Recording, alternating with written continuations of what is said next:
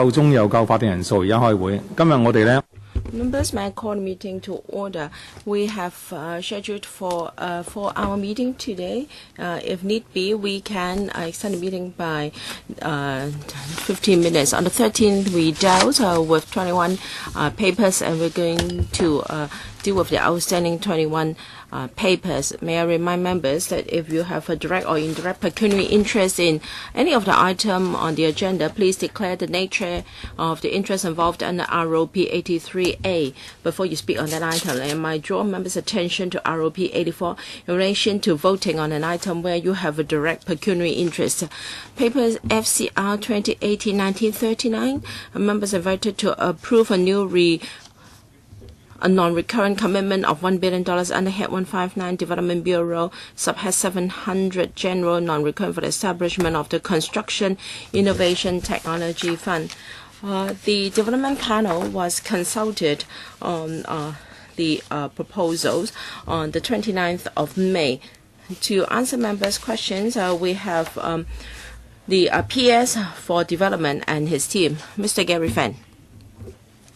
Now, there will be a $1 billion fund for the construction INT, for application of INT in the industry. Well, we have logistics and catering and a lot of services industries.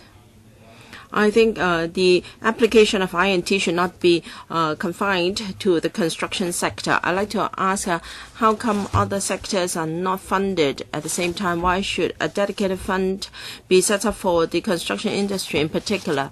And secondly, we have similar plans already because the CIC Construction Industry Council has got a research fund for a sustainable construction and workplace practices, so on and so forth.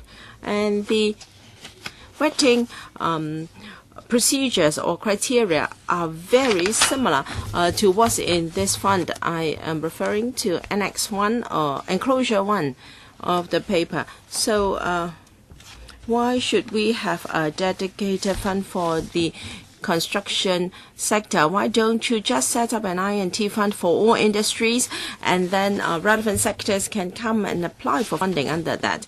And isn't this construction INT fund a bit duplication of efforts?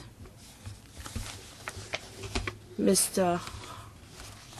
Han, the reason why we have a dedicated INT fund for the construction is, I said, by the paper, because the government is a big employer. We're employing 350, the sector employs 350,000 workers, and the industry is most important to our economy. And it also helps to enhance our quality of life and our international competitiveness. Members, or Mr. Fan may notice that the World Economic Forum has ranked Hong Kong number 1 in terms of infrastructure industry. And that means that other sectors are not as important. No, please allow me to finish. And this is a global issue. And Hong Kong also faces a similar industry.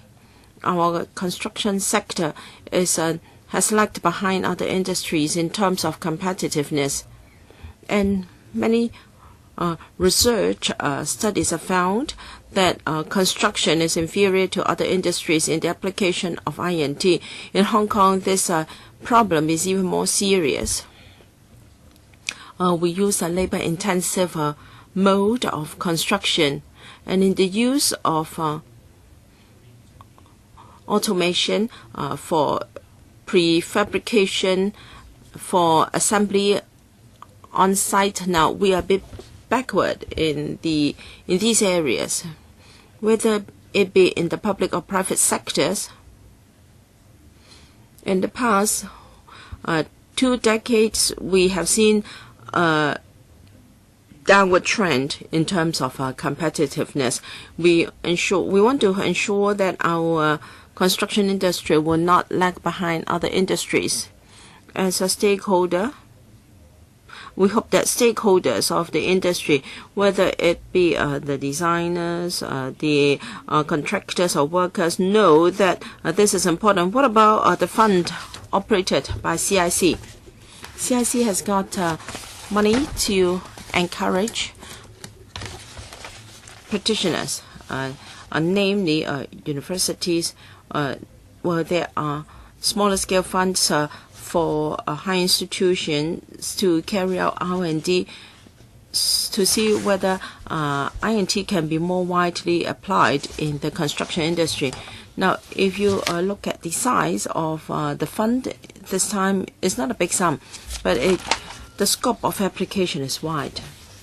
Universities and in manpower training, no, this is quite a big amount, and the government has got a lot of infrastructure projects, and the sector can apply for funding from the CIC. If you look at the total value of contracts per year is over $250 billion. So $1 billion to be spent in 5 years is for sure not a big sum of money. Mr. Yu Si-wing, we are renowned in the world in the quality and scale of our infrastructure, such as roads and bridges, although recently we have seen some problems, but our quality in this industry is well recognized. We are called the world of the Orient. For the CIT fund, so innovation must be different from previous practices. But for upgrading, now there are good overseas practices which we can draw reference from so that we can improve our work processes. Will this fall under the scope of the fund, or will it be like the I&T fund? You must have an innovative idea before you can apply for the fund. If that's the case, the application threshold will be much higher. But according to the PS, you can just use it for upgrading our processes. I support this because we can replace some labor-intensive processes with automation.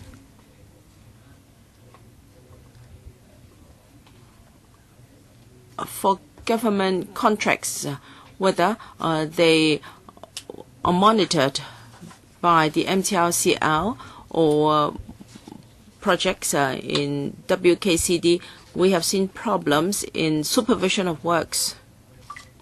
Can technology help in the monitoring and supervision of works? Because I have not seen anything here about enhancing supervision. You're only talking about safety and work processes. So even if we are going to spend a lot of money on infrastructure, and if supervision of works is not done properly, is really a tragic experience. So will the administration ensure that technology can be used in the supervision of works so that we will not see a repetition of the recent incidents we have seen. Now, the CIT fund will be used to fund more down-to-earth projects, because we have other I&T fund for startups and R&D and for innovative ideas. The 1 billion CIT fund is mainly for the construction sector and also for work processes that can be commercialized. We have quoted some examples in enclosure 2, such as modular integration, construction, prefabricated steel rebar. These are being applied in other places already. We would like to promote the transformation of this industry. These technologies are being used overseas, and they can be approved under the fund. Mr. Yu is concerned about supervision using examples of the MTR projects recently. I will not draw any judgment here because an independent commission has been set up by the government to look into the issues. So we will wait for the report from the commission before we conclude whether there are problems with supervision of works. Now, the fund will help transformation of the industry so that more work processes will be done off-site. And there will be prefabrication of units. For sure, there can be a better supervision of works because it will be a factory like a setting, and the processes can be well monitored, and there will be technology to ensure that the products are up to standard, just like the automobile industry. Ms. Tanya Chen, oh, she's not here. I give the floor to Mr. Ray Chen first. When the government sets up funds, there are two ways of doing it. So the capital is used for investment, and the projects are funded by the investment returns. So I don't know whether for this fund you are going to use investment returns from this $1 billion, or will the capital be used directly. According to a paper, the fund will be available for application in the coming 5 years. Does that mean that the money will be depleted in the coming 5 years? As I said, $1 billion is not a big sum in the construction industry. I can't project whether it will be fully taken up in the coming 5 years. It depends on response from the industry. We encourage them to use it, of course. And we have $260 billion in production per year in this industry. We believe $1 billion should be fully taken up in the coming 5 years. That means you're going to draw directly from this $1 billion. All right. So it is said that 1/3 of the industry will. The government has got $85 billion worth of projects. Now, when you approve tenders, will you give merit to the tender if innovation technology is used, so that the sector will be encouraged to enhance the use of INT through competition? Thank you. This is a very good suggestion. We're already doing that.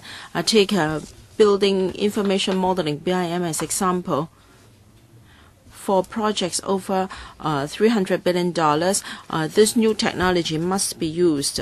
And for modular integration construction, MIC, Singapore has been using this for a few years, whereas we have yet to start in Hong Kong.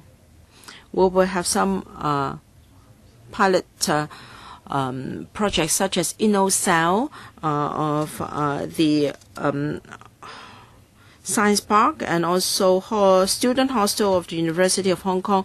We will try it out, and if it is successful, it will be a good demonstration for the administration. And a bar bending outside, or steel reinforcement, or bar in prefabrication yards. We are already doing that. Although $1 billion is not a big sum, but we wanted to provide an incentive for the whole industry to be involved as soon as possible. This can be a win-win situation. Builders can enhance their competitiveness through enhanced use of INT. Given that the government is a big client, if the construction costs can be lowered, the government will benefit as well. I'd like to know whether you will have any indicators to measure the success. Now, you've given money to contractors, government contractors in particular. Will this have an impact on the construction cost?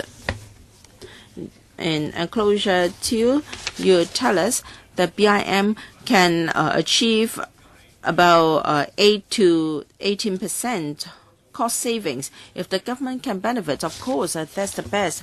What if a contractor has got a government contract and there is a cost overrun? That means the government cannot benefit from the fund. I believe the use of INT will for sure enhance the productivity of the whole industry, and this can only be good for the whole community. For our rating criteria, now it must be environmental friendly, it must boost productivity, and it must boost quality.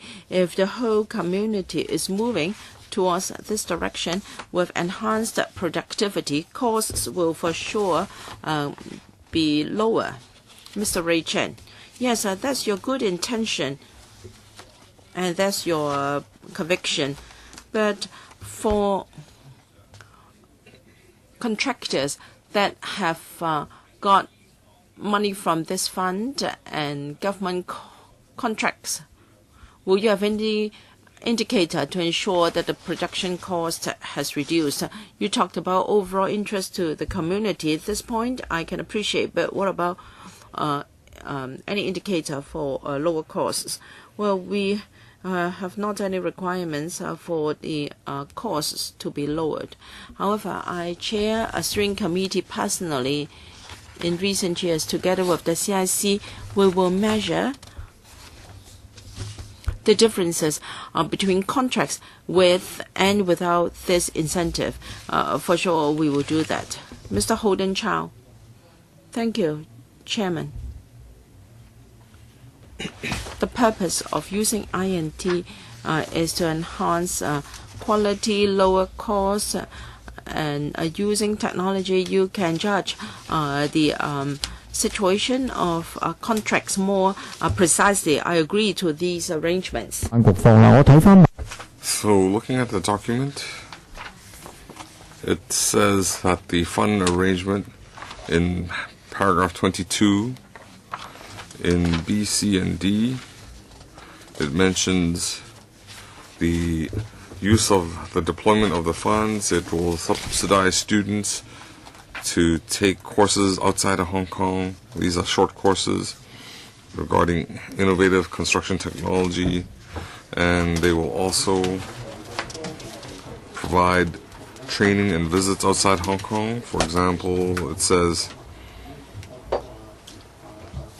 we heard modular components mentioned by the Secretary. So can you also confirm that since they are subsidized to take short courses or training, so contractors, how do you ensure that the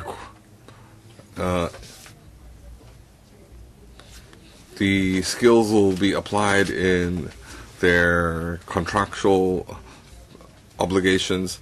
So in the future contract, you have to require them to apply these skills. Otherwise, they will say that they took these courses overseas and it's not applicable to Hong Kong and they're not users. So we want to ensure that public money is well spent. let me explain to Mr. Chow. The Innovation Technology Fund is divided into two parts. One part is directly subsidizing the stakeholders, the contractors, subcontractors, or designers, the consultants. So they have to implement this new technology in the industry, in the project. That is very clear. Now, Mr. Chow referred to paragraph 22. That is regarding staff development, and we don't have a confirmed decision. So in the former case, there's a direct subsidy, and there's a subsidy for human resources. So the ratio is 80-20.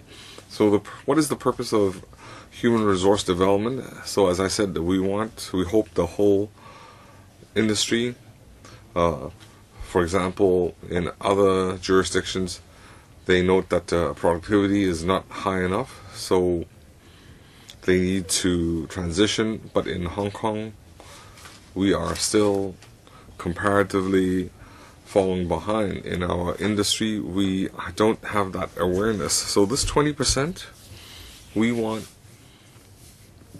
individuals, let's say students, who will join the industry, or those already in the industry. They need to broaden their horizons. So if the money is going to be spent on students, we'd like them to see how the latest technology is applied in the industry. For practitioners, we would like them to see what is happening around the world. So that is a subsidy for individuals. So when they return to Hong Kong, they need to submit a report. They need to submit a report to our steering group, and also the construction council. So, well, students, they are university students. They won't be participating immediately in industry. So we would like a cultural shift. We want to start with the students and practitioners. I just want to follow up one point regarding the 80-20 deployment, 20% spent on human resources. I'm confident that the money spent on corporations will be monitored, but regarding the human resources, I would like that when companies apply for training funding, so when they have undertaken these projects, is it going to be ongoing? When will they report back to you? When the training skills will be applied? They need to provide feedback that they learned something and they will apply it. Yes, we heard your opinion. We will strengthen our requirements on the reporting. Tony Chair, I support this item, and of course the Secretary said there are challenges the industry is facing and its contribution to the economy. So if you have this subsidy, then the construction industry will allow more people to adopt technology, and it can enhance the efficiency of the industry. The quality can be improved, and it can also enhance the provision of services. And in the paper 17B, first of all, they need to apply.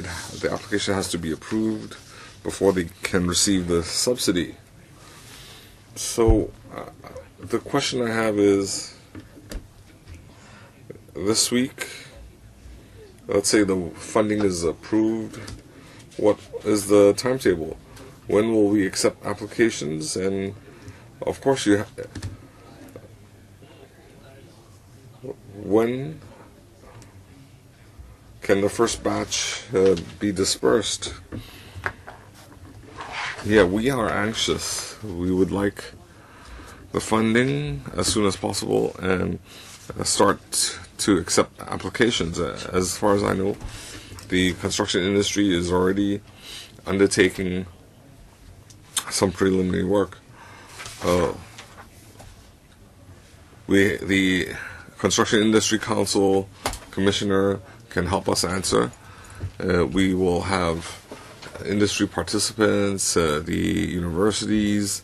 They will help us explain how the fund is going to operate, the ratio of 80-20 as I mentioned. So we have some procedures, and then the Construction Industry Council will accept applications. Mr. Chen, the Construction Industry Council is coordinating its efforts regarding the fund.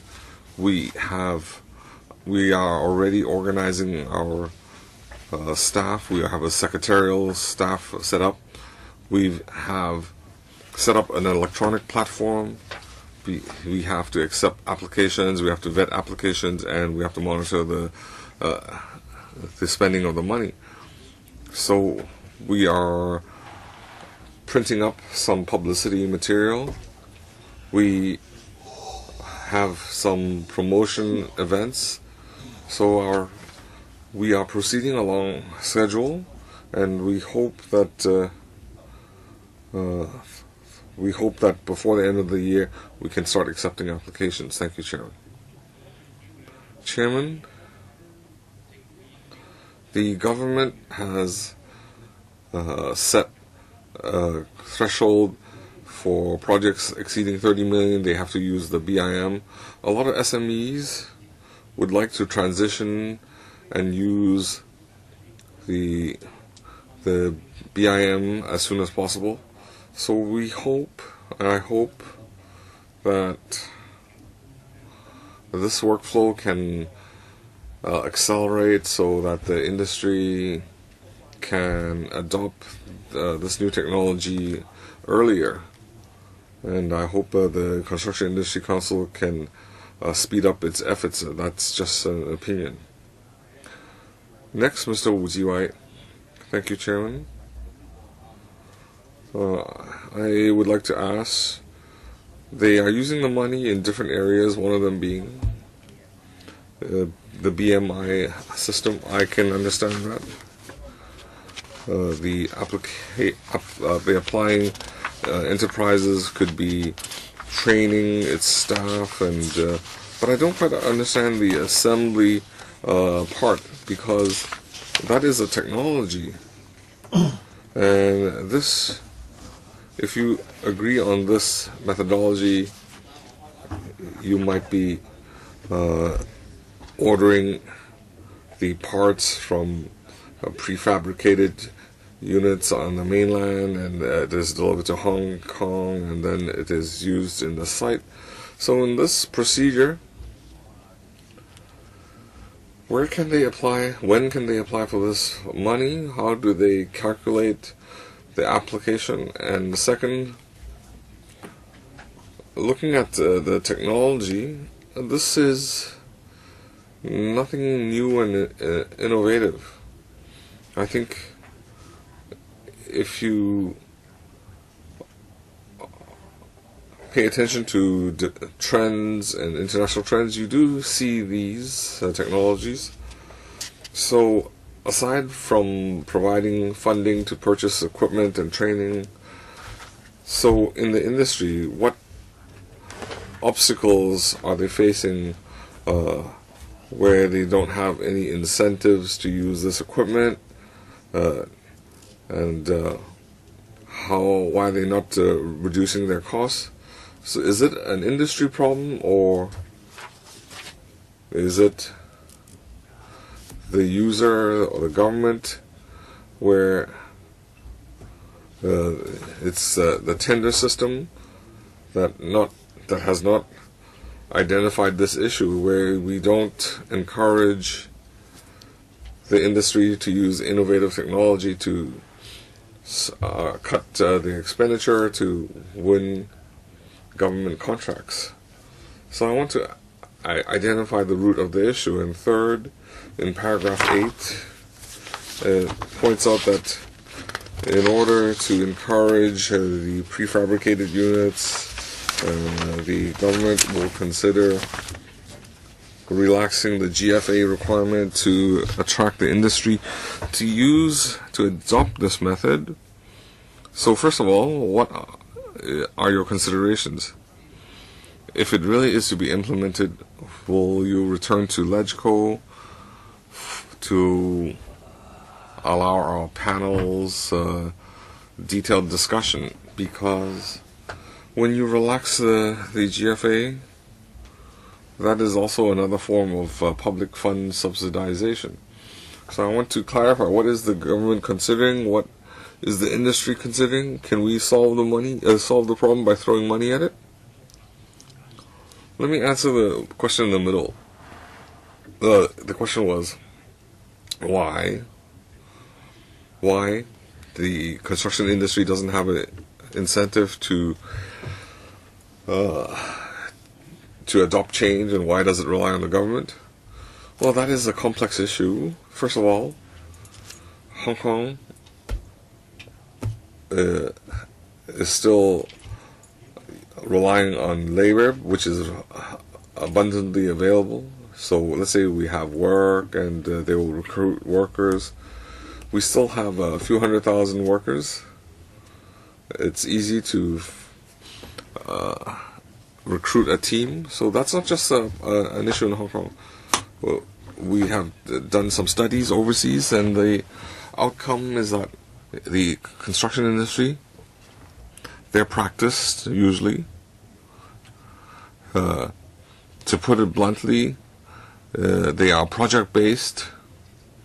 There is no incentive to do long-term planning because it's easier to rely on labor-intensive methods. But this unique aspect of Hong Kong we need long-term planning. We have some 300,000 workers serving the construction industry, but their average age is 40 plus years. And if you look at the skilled workers, if we zoom in greater detail, the construction workers average age is 52, and 40% are over 55 years of age. So in another 5-10 years, what will the situation be? Well, you can say that there will be some new blood joining the industry. Well, I'm not that optimistic because, first of all, the working population is shrinking. Second, people willing to work in the construction industry, honestly speaking, there aren't that many. So if we maintain the number of projects we have, how can we sustain the construction industry? So I feel the construction industry needs to enhance its productivity, and I see that using innovative technology is very important. If we don't have a good incentive, or if we're not a good proponent, then it's just business as usual for them. So when they have a project, they'll recruit a team. So I feel the government needs to tackle this head on, and that's why in our last few years we use BIM. Mr. Wu Jiwai said we use assembly prefabrication units. We see that a lot of work doesn't need to be conducted on the construction site. They can have off-site prefabricating the units. They can even do the interior decoration, so when they arrive at the site, they can just install the parts. So the work needed at the site is less, and the quality, well, you've overrun, Dr. Elizabeth Quat, DAB supports the Construction Innovation Technology Fund. We agree that the Hong Kong construction industry is very important to the Hong Kong economy. We are falling behind in the adoption of technology. So if we can have better use of technology, as a matter of fact, we can save labor, we can be cheaper, more environmental friendly, safer, and we can attract more talent into the industry. So the construction industry can maintain a sustainable development. So we support the fund, the government's initiative, and we know that just throwing money at the issue cannot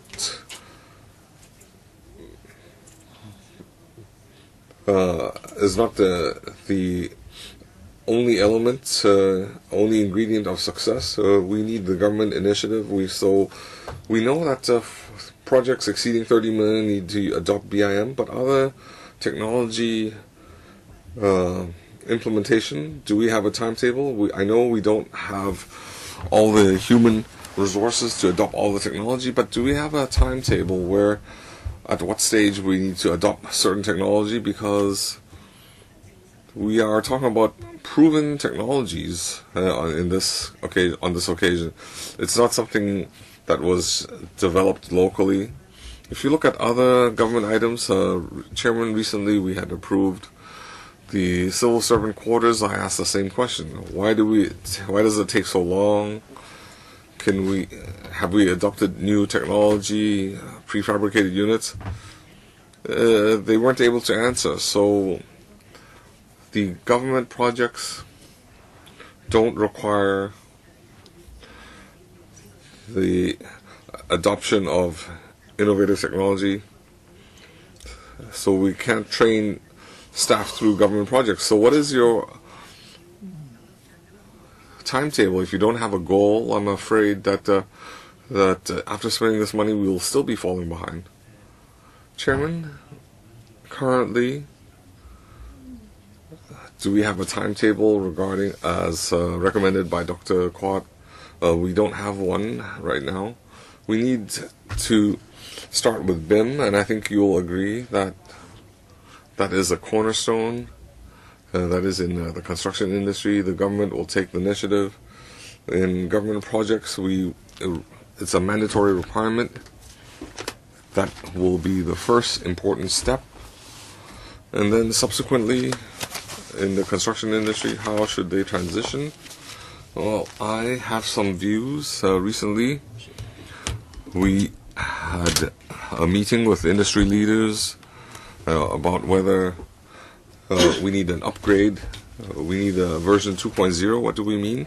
Well, first of all, in technology, it has to be implemented. They have to adopt new technologies. The industry needs to enhance its professionalism, and we hope that we'll start with workers, subcontractors, contractors. Their professionalism be enhanced, and they can attract new blood, young blood. Because if they have more professionalism, the more use of technology, and the whole industry have a younger participation. We also want to see what the effects are, outcomes are of our first initiatives. And in the use of prefabrication units, we are looking. I don't understand this. There are already some government projects ongoing adopting the prefabrication method. I think the technology can already be applied. Why can't you, do it more expeditiously?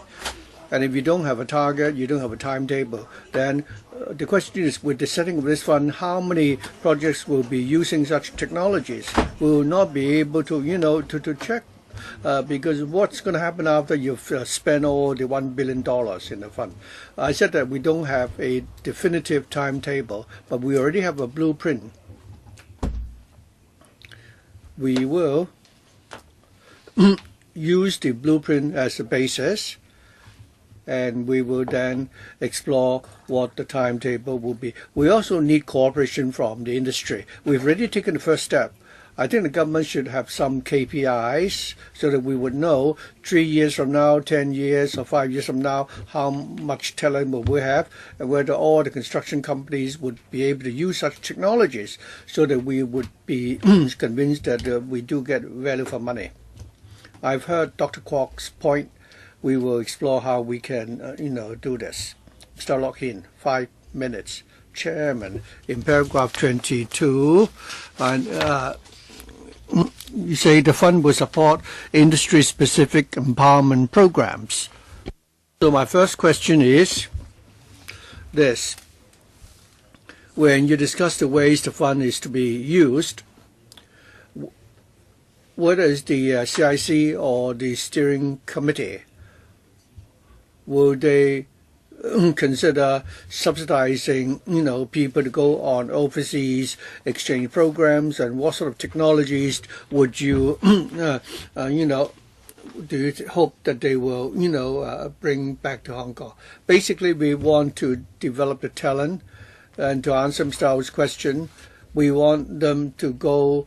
We want our students to go abroad, to go to the UK or Germany, for example, to learn about the latest technologies being, deployed by the construction industry there, so that they can really broaden their perspective.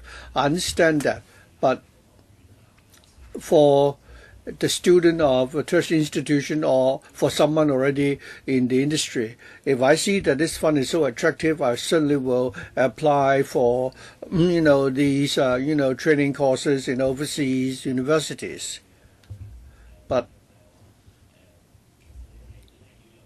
But you need to have a target. It's difficult for me to say that you would set certain mandatory courses for the applicants to apply for. But if a student is interested in a particular subject and he's very keen to study the subject, but we still need to ask whether or not the money is spent in a worthwhile manner. Now, if, for example, we already have similar courses offered by local institutions, why do we still need to send our students abroad? You may say that the overseas institutions are better than ours. If that's the case, then you should come up with guidelines and a direction to tell the students that these overseas universities have technologies that you may consider to learn from. So after you've approved the budget to subsidize the students to go overseas to learn such technologies, when they come back, so that we would be able to really have more people who have acquired such technologies. Well, other than subsidizing their, going abroad, we have to ensure that they really, go to countries which are more advanced in the field of construction, such as Germany. And the so-called DFMA, that is at the design stage, you would have to consider how you can be more detailed, and then the prefab components could be assembled together. We have such advanced courses in other countries such as UK, but we don't in Hong Kong. So we'll be the gatekeeper. We will really ensure that the young people will be exposed to these advanced technologies and courses. According to estimate, under the funding scheme, how many local students or people from the industry will benefit? We do not have a specific number at this stage. I was saying that we will probably have an 80-20% split. That is, 80% will go to directly subsidizing the industry and 20% on manpower training. Even for the 20%, we will have, for example, collaborative training courses and also subsidizing practitioners to undergo training or organizing large-scale international conferences to be held in Hong Kong. I don't have the exact numbers yet, but when the first steering committee meets, we will discuss how the funding should be allocated. If you know, for example, how many people you're going to subsidize on, using the scheme, I think industry may say only a small number of people will benefit, or many people will benefit. Then, I mean, we're talking about two different, scenario here. And secondly, the employee retraining program, you're now proposing to only subsidize the students. But as for the ERB, can you allow practitioners to also benefit from this scheme so that you can enhance the competitiveness in the labor market? We accept Mr. Au's point about numbers, but in paragraph 20C we already explained, the how we would subsidize training for the practitioners. Mr. Li Chu. Well, the public is not concerned as to whether or not the construction industry knows how to apply technologies, but rather there's a lot of corruption in the industry. Large contractors like Leighton who have made mistakes and refuse to admit the fault and refuses to be accountable. The newspaper also reported that the company in charge of the M Plus project are now in financial difficulties. The government is paying the salaries of the workers on its behalf. So this corrupt culture and irresponsible culture is a more serious issue that you need to address compared with this fund. The Heritage Foundation will give a score for Hong Kong, ranking Hong Kong as the freest economy in the world. I think we should tell them how the Hong Kong government managed our city. There's no freedom at all. Public funds are used to subsidize the industry to do something which they already have the ability to do.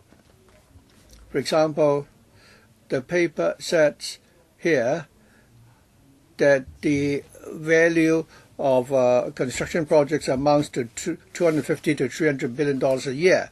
I'd like to ask the PS whether or not these companies are not making a profit at all. How much profits are these companies making every year? Do you know? Chairman, Mr. Chu said that there is a corrupt culture within the construction industry, and I beg to differ.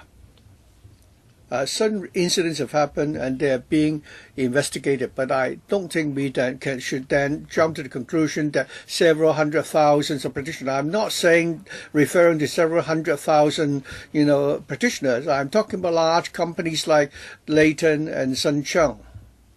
I've heard Mr. Chu's point, but these are isolated incidents which I will not comment on. It's not isolated incidents. We're talking about large construction companies in general. Several hundreds of thousands of employees work for these companies. So for the $250 to $300 billion of projects, is it that these companies are not making a profit at all and you still need to give them a subsidy of $1 billion? You talk about the profits made by these companies. For the large companies, I'm sure they have made the disclosures in the annual report as to whether they're making a profit. So I cannot tell you how much profits they're making. The government should have an estimate. You're spending $250 or $300 billion every year. I think the $250 billion only take up 5.2% of our GDP. The construction industry is very important in playing the role to promote our economic development and improving the livelihood of our people. It is also a very lucrative industry. P.S. You say that they now don't have the, will.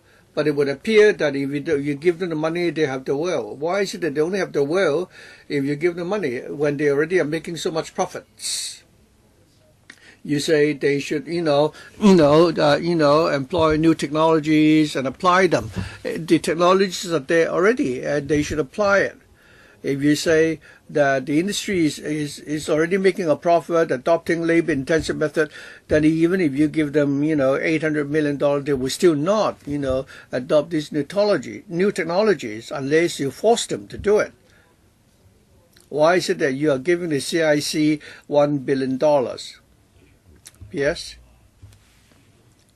I think Mr. Chi would understand that the $800 million will be, dispersed over a period of 4 years, and 8,000, potential, companies and practitioners will benefit.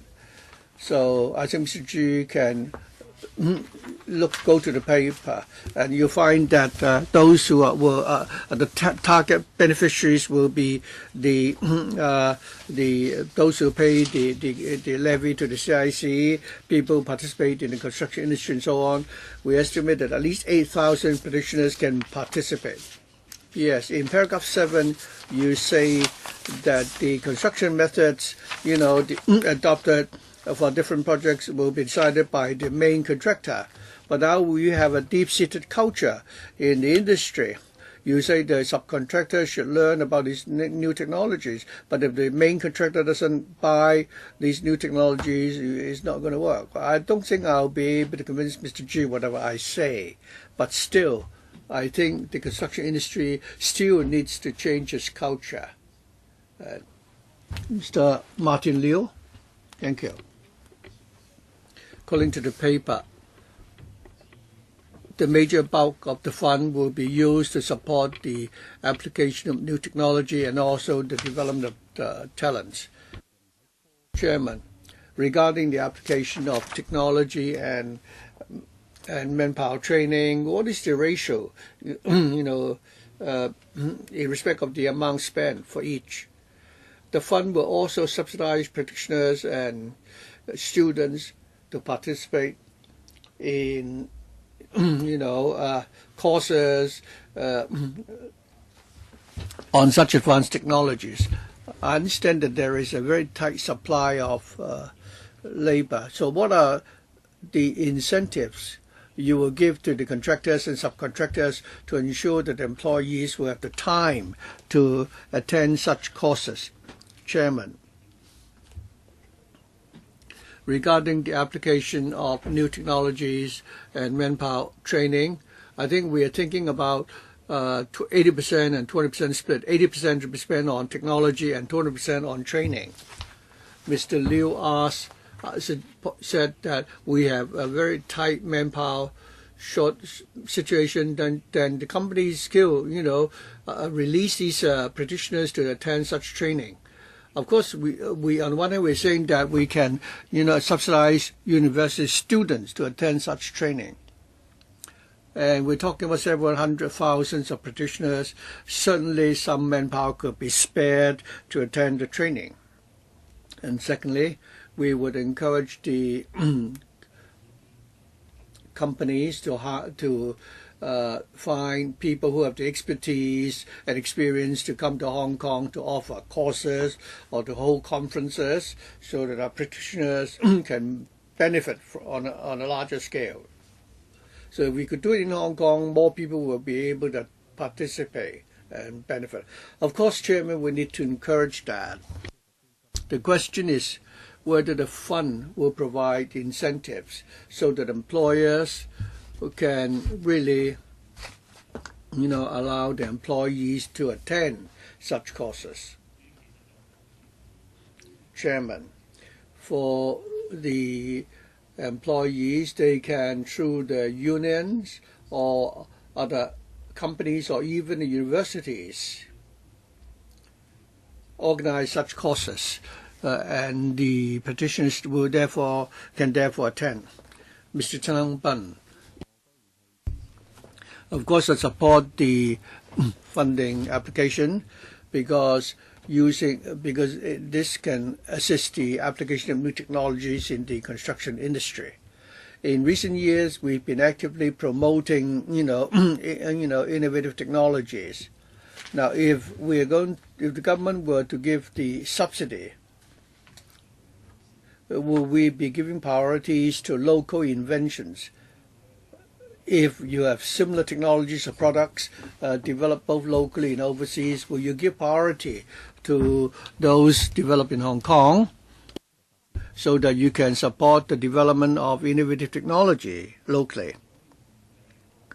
And secondly, in order to control the disbursement of the funds, you say that you would monitor application for each project and you will set ceilings for each project. Now, if you have a certain product which is very popular, all the government departments would like to adopt that technology, but if you limit the number, does it mean that other companies will not be able to adopt such technologies? And secondly, there have been other subsidy schemes the government, implemented, and the vetting process is very cumbersome. There are all kinds of innovative technological projects. If for each application they have to go through such cumbersome procedure, and they can only acquire the equipments and machineries before you give your permission. If people say that there are certain, equipments which are very useful, but they have to wait for approval before they can procure them, and that would lower the efficiency. So I'd like to ask, how cumbersome is your application procedure? To answer Mr. Chen's question, regarding locally developed products, we would actively promote that. The steering committee has yet to hold its first meeting, but we will be, we think along the same line. That is, we would explore giving some subsidies to encourage locally developed technologies or products. And secondly, we are not saying that such products cannot be used outside the scope of the project. We would like more people to benefit from the fund, and once they qualify for the subsidy, I think at the meeting we'll decide that we will set a ceiling so that other participants would also have the funding to develop other products and participate. So the whole point is not to set a restriction. Regarding the vetting procedure, we would like it to be simple and straightforward. So we hope that we could have a checklist of certain projects beforehand. And for these projects, we don't need a very detailed vetting process. For example, the BIM projects which uses the BIM could be on the pre-approved list. The CIC last year set up in Kowloon Bay an innovative technology center, and they have displayed a series of products there. If certain companies would like to use those products, they will already get, we'll be getting our pre-approval.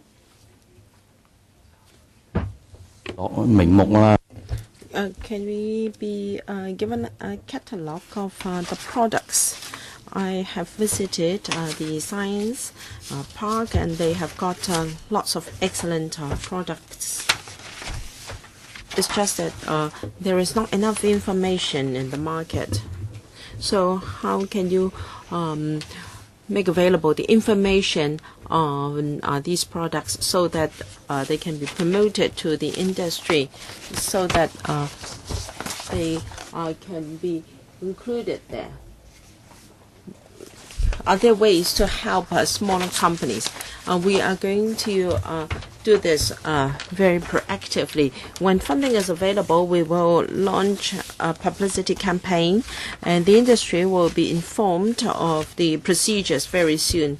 When do you intend to launch the fund? We will do it the soonest possible. As the Commissioner said, we hope that we can do so by the end of this year. Dr. Fernando Zhang. Now,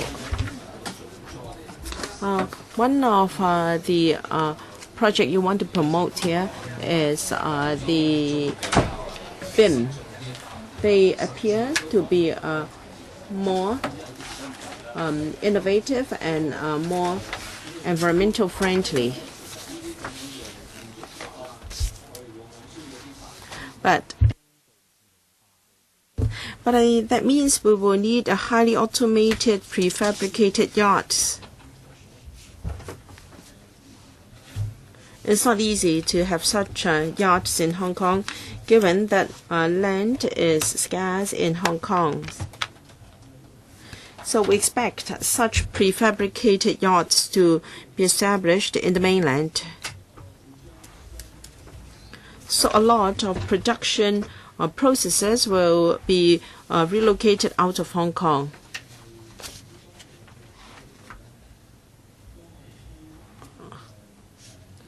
As we promote this type of construction technology, what will be the impact on local construction workers? Will there be unemployment among the workers? Because many of the construction processes will be moved out of Hong Kong. Now, workers are in this industry using their skills in future. They will have no jobs to do.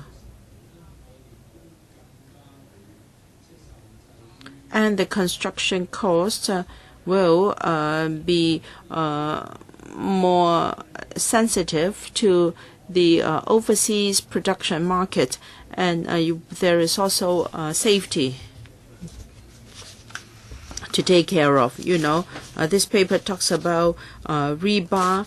Now, for the Sha Tin Central Link, some of the bars have been cut short. We cannot monitor or supervise the work safety, and we rely on intermediaries such as certification bodies, and approved persons will have to monitor and certify, and then the cost will go into those personnel. Construction workers will lose their jobs, and whether we can substantially lower the cost is questionable, because the certification process can be very costly. I'd like to know whether you have really considered in full the implications of BIM. Now, it's quite clear that a large proportion of the $1 billion will be for promotion of BIM. Have you done any implications on local employment in Hong Kong? Well, we have done a lot. Personally, I think that this is the direction we're going to move towards. Dr. Zhang asked whether a lot of jobs will be lost. Now, we are employing 0.35 million construction workers, but we don't have enough of them. We're still 5,000 to 10,000 short of construction workers. The construction expenditure is now $250 billion. It will reach $305 billion in the coming 5 years. The average age of our skilled construction workers is over 45. 40% of them are over 45 years old, and the workforce in this industry is shrinking. And new blood to this industry is lower relatively, is low in number relative to other industries. So to maintain our production, we have to think of a way out. And this is not just Hong Kong which is doing it. Even the country is doing so. Take MIC example. The UK has been doing this for a few years. They are making such modular units off-site, and they have ordered such components overseas and they are transported to the UK. This is because the labor force is shrinking and the construction activities are vibrant. And I visited the UK to see for myself, and I'm not worried about unemployment among construction workers as a result. Mr. James Ho, Paragraph 7 of the paper says, now we know that we don't have enough workers in Hong Kong. Now it is said that there are new technology that can bring benefits to the industry, and Hong Kong is lagging behind. And the use of new methods and technologies may incur additional investment in machinery and equipment, which will add to upfront costs. All right. That being the case,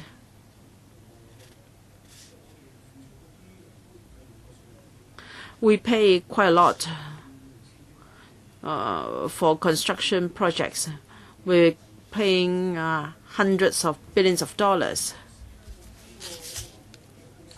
So companies, the principal constructors in particular, they are very large companies. Some of them are multinational corporations. Now you are saying that experience overseas shows that such projects can be more cost-effective and we can save construction time. Theoretically speaking, these companies are already using technology to lower the tender cost and to maximize their profit. So looking at the scope of the funding and also how you're going to support the contractors and subcontractors. Now, usually the contract price is tens of billions of dollars. So if they are multinational corporations, there is no reason why they should seek a small amount of funding from you so that they can save a little in projects in Hong Kong. I don't quite understand the logic here. How come this can be the case? These multinational corporations are experienced, they have vision, and they know that their counterparts are already using that. And you are going to fund technology that are proven to be successful overseas. So theoretically speaking, such technology is available, and these are large corporations. How come they have been reluctant to use them? And then with this small incentive from you, they're going to adopt such technologies. Please enlighten me. Now, we're not just thinking of the few large multinational corporations, but the whole industry. If I may refer you to Paragraph 12 on target beneficiaries, contractors can apply for the funding. There are over 1,000 levy-paying contractors, whereas I think Mr. James Ho is thinking of a dozen or so large multinational corporations. But then we have many smaller scale contractors in Hong Kong, and in the production chain there are many stakeholders such as subcontractors. We have 5,900 of them, and also consultants. We have a bunch of consultants, a few hundred of them. We want the whole industry to have a change in their culture, and by means of this incentive, we are going to provide. Mr. James Ho said that theoretically speaking, multinational corporations can just do that, given that the amount of money is not a lot. But then all corporations in Hong Kong will have to survive in our local culture. And usually we carry out projects on a project-by-project basis. We have over 0.3 million construction workers in Hong Kong. So when a project starts, they will line up their own team and then work on that project. Theoretically speaking, this can work, but we have to be more far-sighted. In the coming 2 decades, the whole workforce is bound to shrink, and we have to change the culture of the construction industry. Mr. Lo Wai Kwok, Chairman, I speak to throw in my great support for the 1 billion construction I&T fund.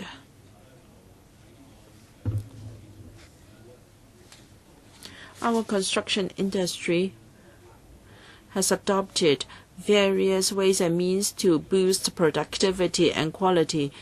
For instance, the use of prefabricated units is very common in public housing. I think very often members of the public can see very big trucks carrying prefabricated units of windows and different modules of buildings. So we are using that, but then in Hong Kong we are also very short of land. Some prefabricated units are produced in the mainland, and they have to be transported to Hong Kong for use at construction sites from across the border. If we can have prefabricated factories in Hong Kong, that can benefit our industry. Take bar bending as an example. That can be done outside a construction site, and a few years ago such a factory started operation. For automation at our construction sites, we have R&D from universities. The Polytechnic U has got a state partner laboratory to engage in research of this kind. The strength of such bars can be greatly increased so that we can reduce the amount of materials in the construction of bridges to achieve the same strength. So we have institutions working silently on this with very little government support, and this term of government is worthy of our commendation in promoting I&T, such as promotion of I&T in the public and the private sector can enjoy 2 to 3 times of tax deduction, and there is also encouragement of I&T in other sectors. In general, the industry welcomes the fund. It's not just about R&D. We want the application of I&T to use the fund for training. Take BIM as an example. Many smaller companies in the industry have said to me that they very much want to use this technology, but they need some support due to cost constraints. We have many items in our FC for approval this week, so I think this technology or this fund will not just benefit the industry but the whole of Hong Kong. I don't have questions to ask. I'm not going to use up my speaking time. May I remind members that we have spent more than an hour on this. For members who are in the complex, if you have questions, do come down quickly.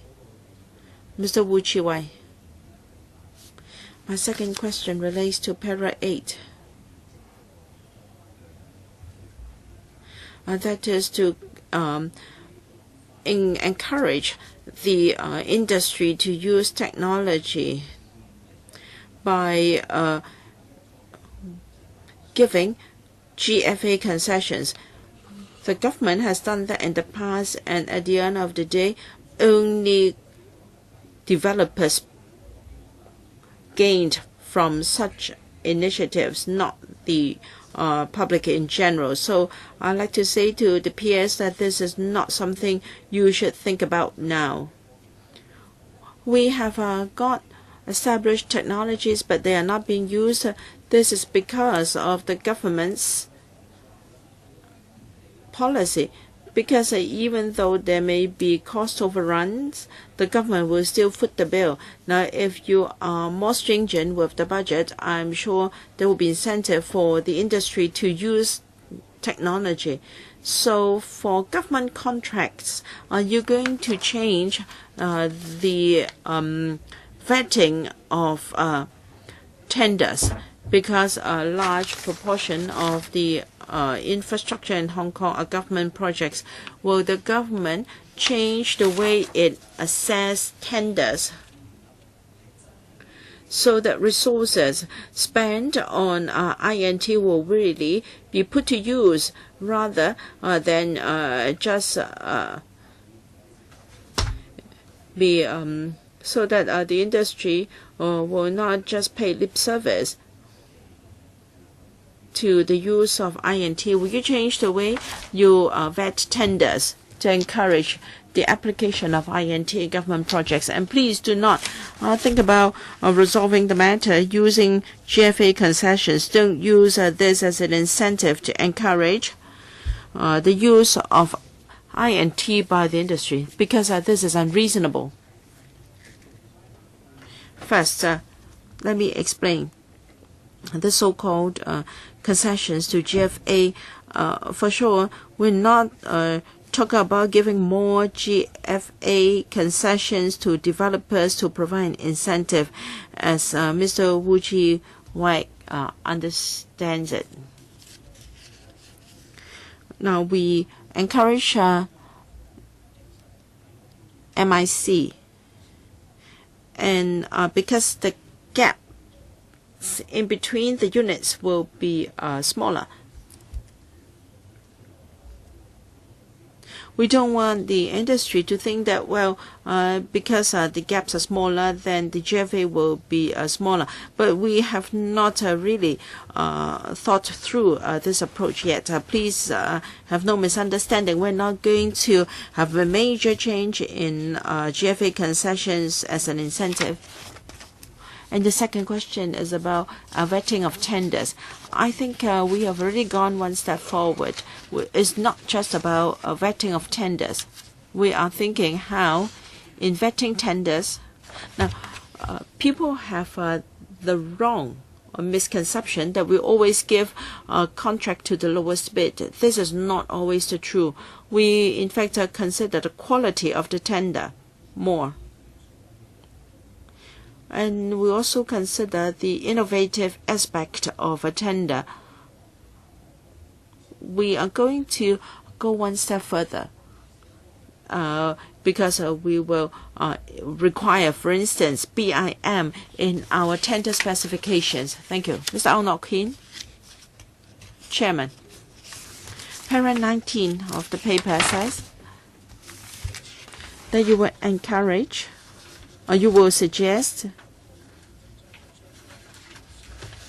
that ceilings be kept for the amount of funding a company can be used. I, of course, agree that there should be a ceiling, but you are silent on what will be the ceiling here. How come it is not set out in the paper? This is because the steering committee hasn't met yet. Although the steering committee is chaired by me, it is not just solely my decision. If you take a look at enclosure 4, the steering committee will have representatives from different stakeholders, including Hong Kong IE, Hong Kong IA. So we're going to give ceilings. But that is related to our scrutiny today. How much is the ceiling? And we can calculate how many enterprises will benefit. Well, you had previously said in the paper you will have roughly 1,300 contractors.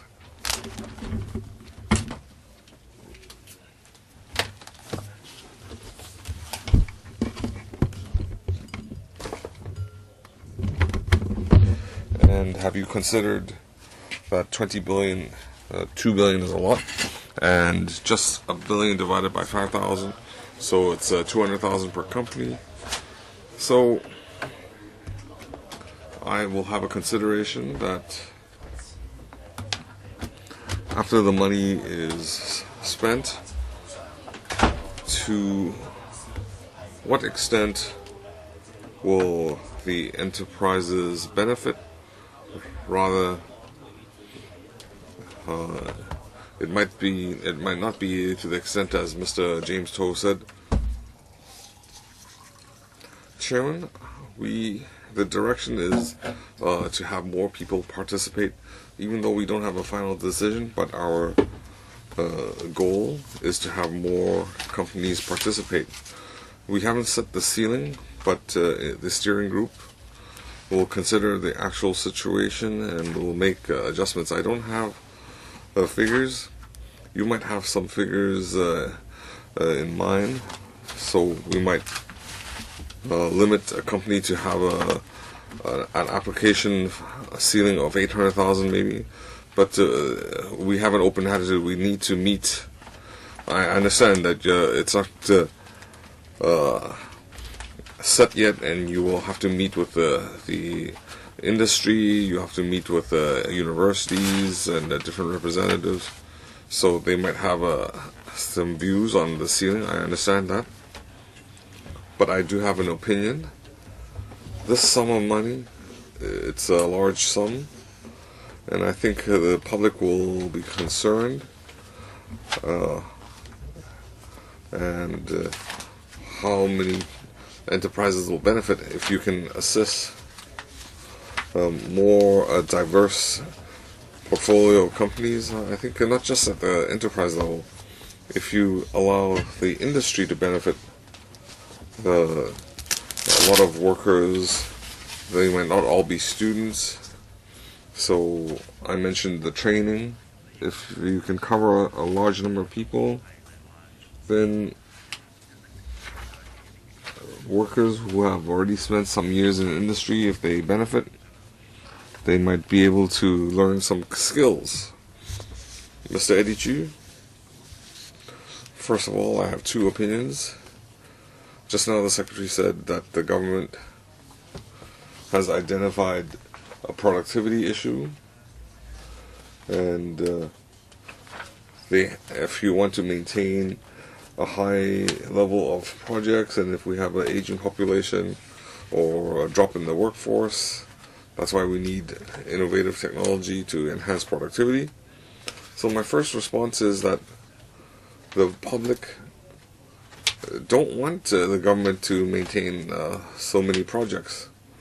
We don't want 10-20% of the government expenditure on projects, because that is not a reasonable long-term proportion. That's the first point. Second point, the Secretary should not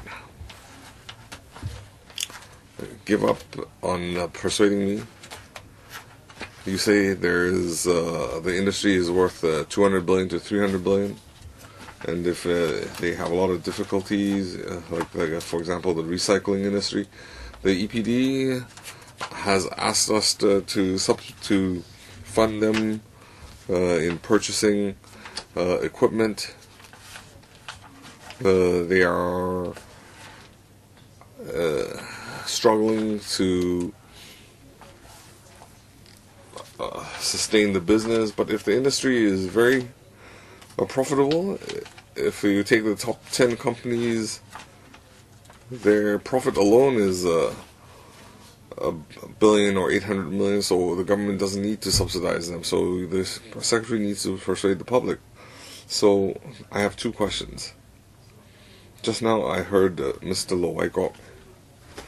He says that he supports the government, and the reason for supporting the government is more or less the same. But I feel on this occasion he should be a bit more specific.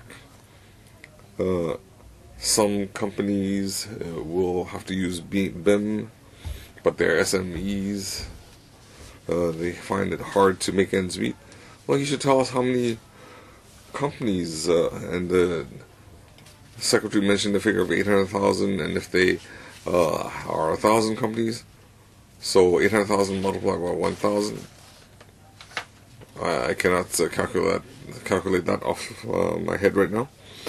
So if you are concerned about the industry, there's a need to do this. How many companies? What's the unit price? Then I can estimate whether your billion is enough. But the construction industry representative doesn't mention that. He supports the government without an examination of the details. Maybe the Secretary can elaborate. Are you anticipating fierce competition for this fund, or do you foresee a lukewarm response? And I don't understand why the steering group doesn't have union representatives. Dr. Fernando Chung said that you can save labor, and then if the union is worried, then how come the steering group doesn't have these representatives? Chairman,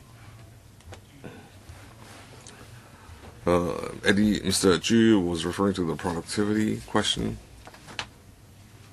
That is really our concern.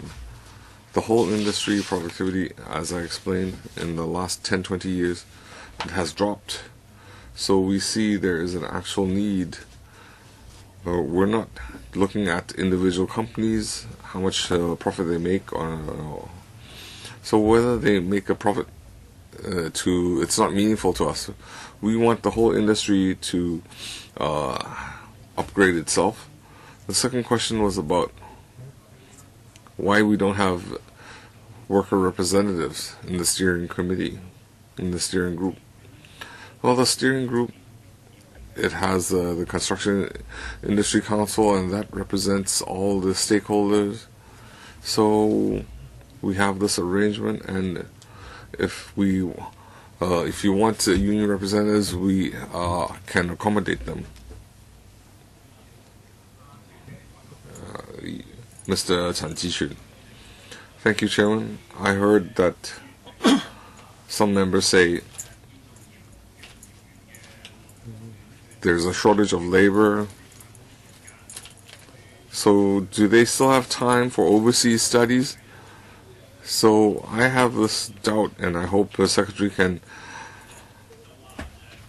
relieve me of this doubt. So we have a shortage of labor, and then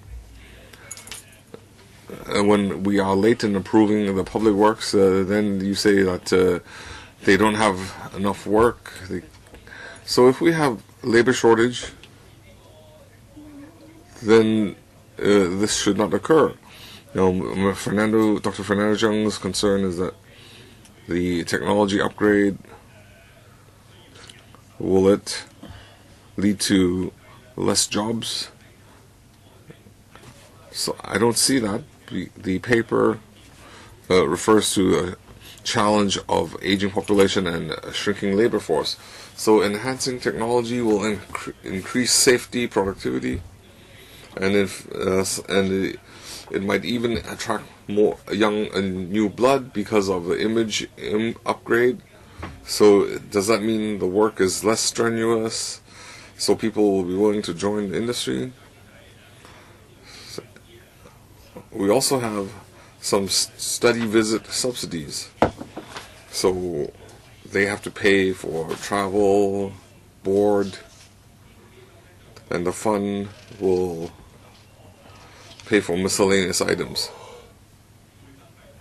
So do we have a cap on tuition fees or miscellaneous items, or does it have to be one-to-one fund matching? Well, regarding image enhancement, it is necessary. As I said,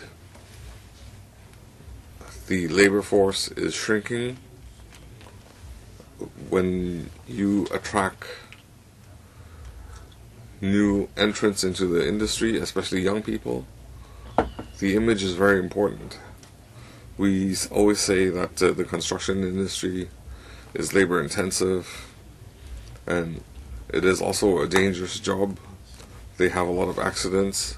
It's also hard work.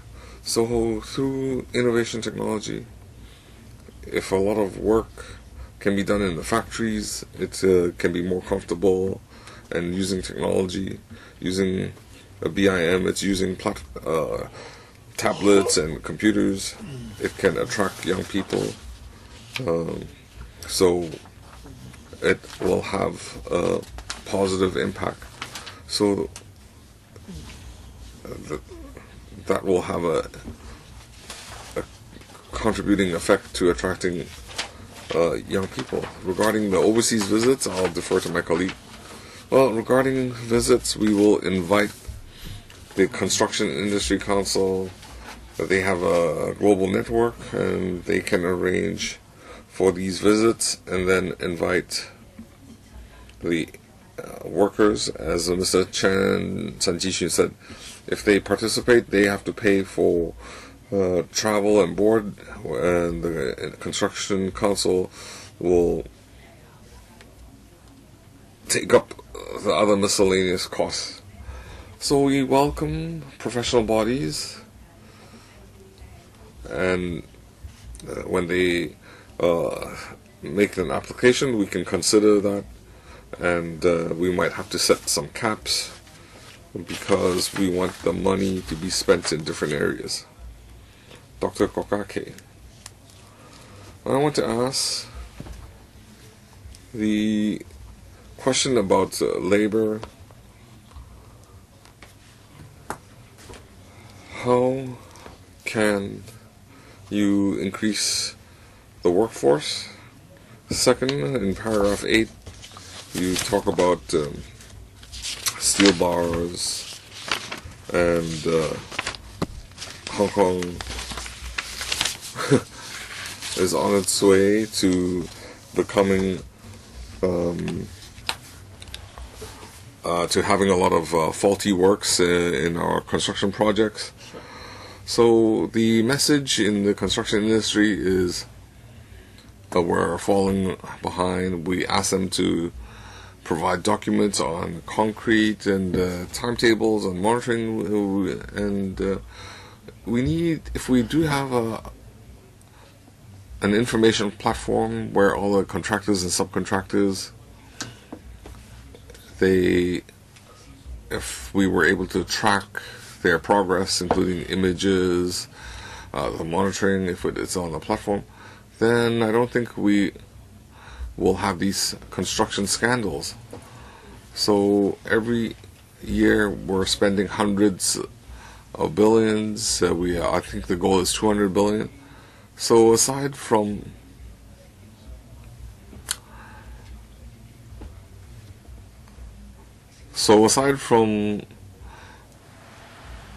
handing out profits to construction companies with the Chinese background, or companies such as Leighton, so whether it's the government, the MTR, if you want to investigate if the steel bars were cut short, it's something that could be done by a computer very easily, and we don't have that. So in the 1 billion funding, does it include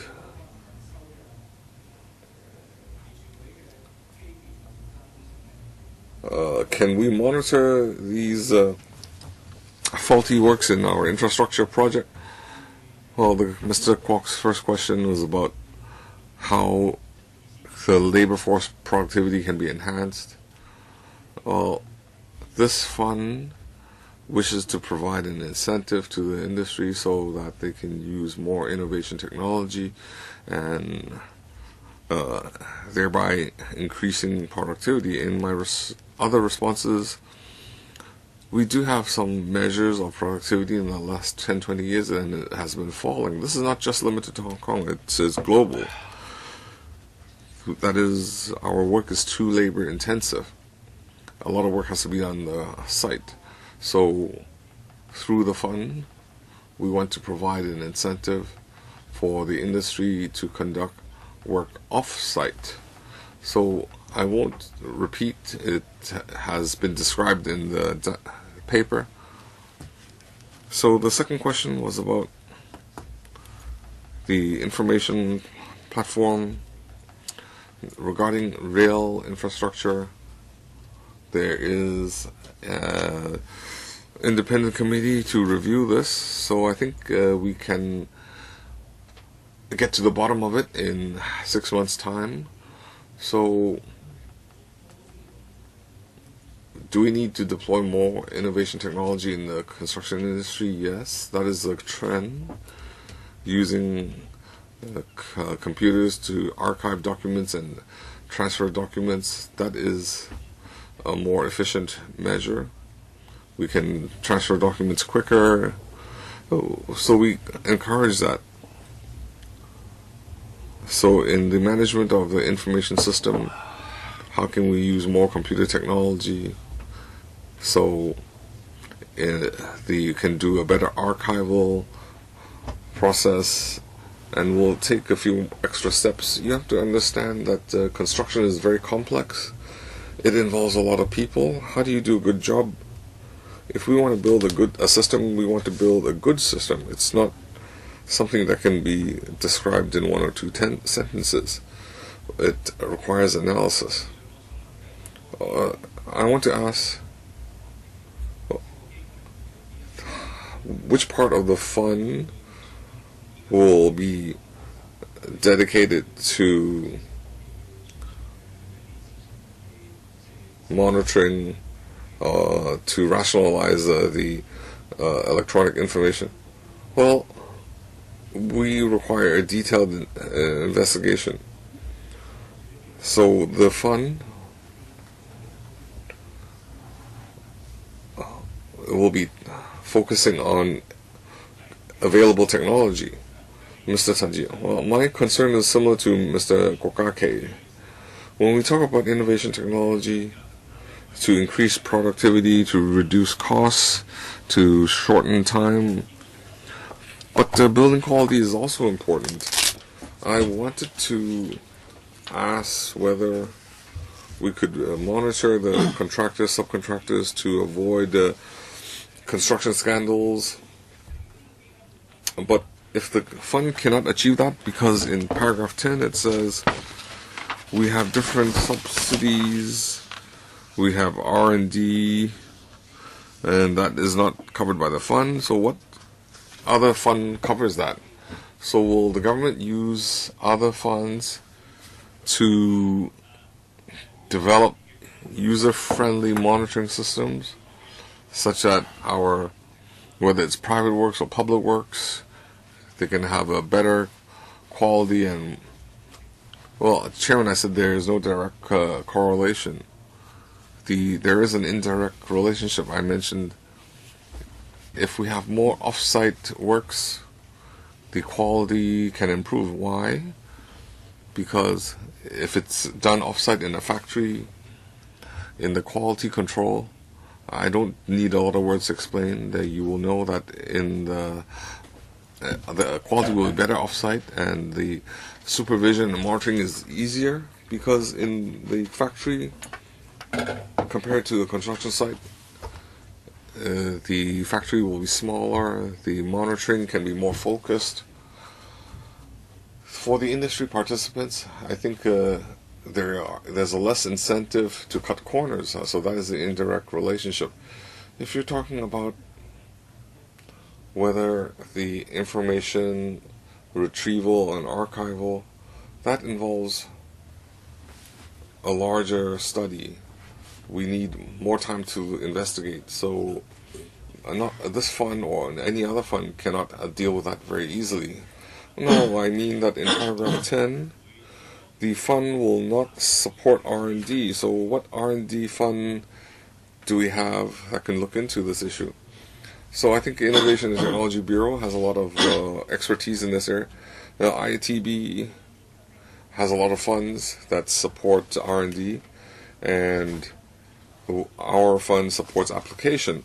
So it is a one-stop service, and after it is researched and developed, if it can be applied, then we can use this fund to support the industry. 另外咧，When regarding the track record of the contractors, will that affect their application, to this fund? I think the PS understands your question. In the paper, we're saying that contractors will pay the levy. Of course, if they do not continue to pay the levy, then they will not be eligible. Mr. Shu Kachun, 5 minutes. Thank you. Over the past hour, and having heard the Permanent Secretary, what I'm most interested in is that this fund will bring about a cultural change for the construction industry. But you must notice or realize that cultural change for the construction industry would require changes on the part of different stakeholders, and it's not just the proprietors or the supervisors, but also the frontline workers. I have the impression that the fund does not really benefit the rank and file workers at all. So how would the rank and file workers benefit? I think one point that I'm particularly concerned is about the health and safety of the workers. After the setting up of this fund, how will you improve the occupational health and safety of the workers? I'm sure you would say that you don't have any, targets. But after the fund has been set up, what will you have certain targets in respect of how you might improve the industrial health and safety of workers? Another follow-up question is about the delegations, overseas delegation. I think the PS gave the wrong answer. On the one hand, you talk about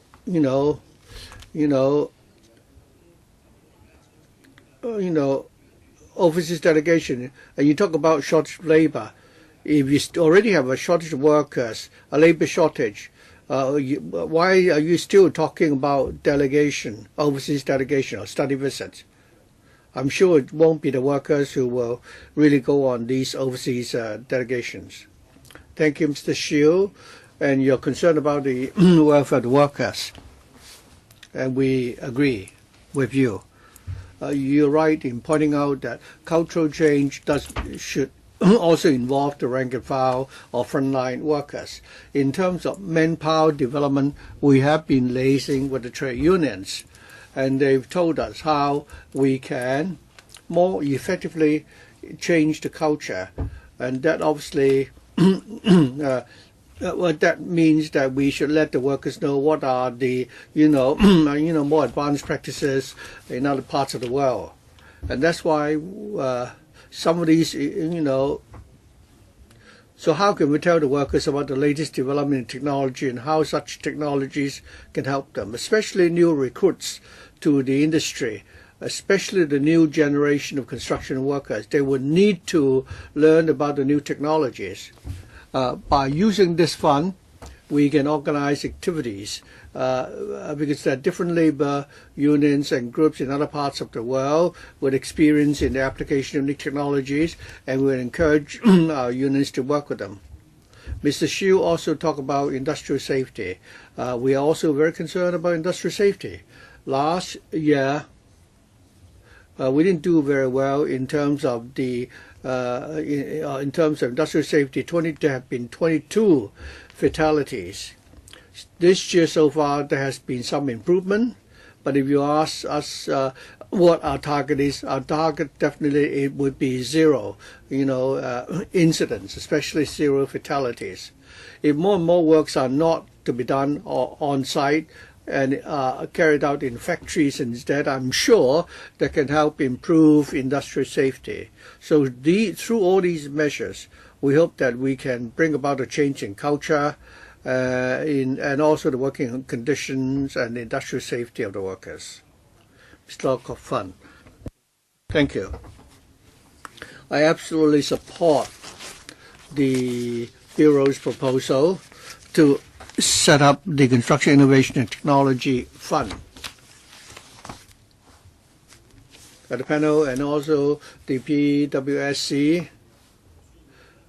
we've heard that it is indeed necessary to set up this fund.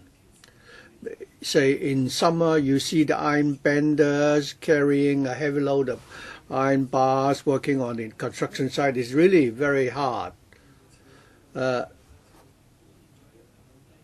In Hong Kong, we have a wave of immigration of workers to undertake these type of work, and the industry has all along adopted a labor-intensive approach. But now that the supply of such skilled labor is beginning to see a shortage, compared with other parts of the world, I think we are lagging behind because we're still using traditional methods of construction. So this fund certainly can help bring about improvements. The question is this: when you try to encourage the industry to adopt innovative technologies for their construction projects, so the question is, how can the government work in tandem with the industry? Take, for example, the iron benders and so on. Now, if we don't have a good system, you say that most of the work could be done off-site, like the iron bending works.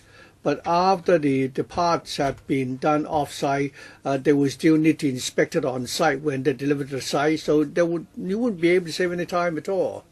So when you encourage the industry to innovate and to apply new technology, will the government also change its own system? I've learned from the construction industry that the government system is making certain processes cumbersome and protracted. So while you're encouraging the industry to change, would you also do the same? I think Mr. Lau is basically talking about the question of reinforced steel bars for the government. This is very important construction materials. So in our testing, and also we would also be very concerned about these reinforced steel bars as to whether there are different rounds of inspection and cumbersome procedure. Now, I just want to say that we have all these different procedures because steel bars is very important in a construction project. Mr. Lau also asked whether there's room for us to streamline the process. I've heard many people saying that while we are promoting off-site, iron bending, but there are other types of works involved in iron bending. The overall principle is that we want to ensure the quality of the iron bars, but we're working on how we can streamline the process. For example, we set up a central monitoring system to check the quality of the steel bars. We've asked the CD to look into that, see whether they can set up a central monitoring system and then come up with ways to check which are the steel bars which have been checked and can be followed up upon. So we will certainly share the findings of our study with the trade as to how we can streamline the process. Understand, the steel bar is only one example. Well, this setting up the fund is the first step. And secondly, I think the government will also need to cut the red tape. I often say at the panel that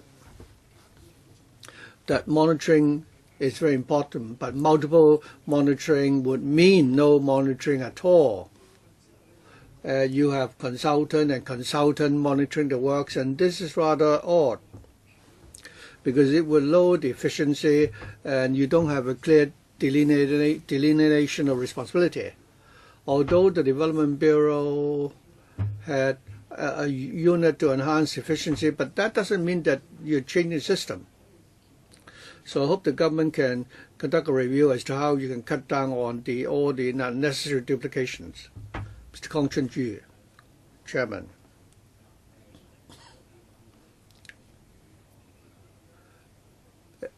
Our understanding is that people will be applying to the committee for funds from to be dispersed by from the fund. But there could be black sheep in the industry who will tell you one story, but in the end, they don't really, follow what they proposed they would do. I think the AFC had previously, had similar experience. You've set up a fund and something goes wrong afterwards. So what happens if there is any, non-compliance with the rules based on which the funds are dispersed? I think that question is not entirely relevant, but I still try to answer the question.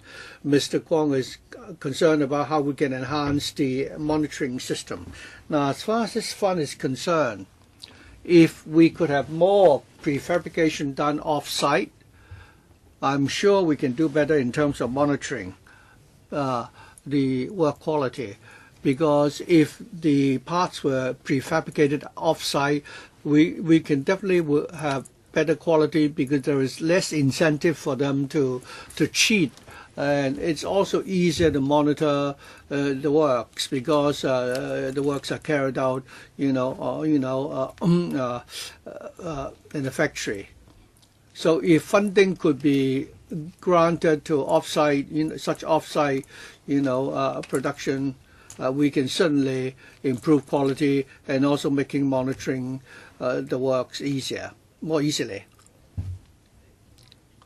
So we're talking about how technology can help the construction industry. So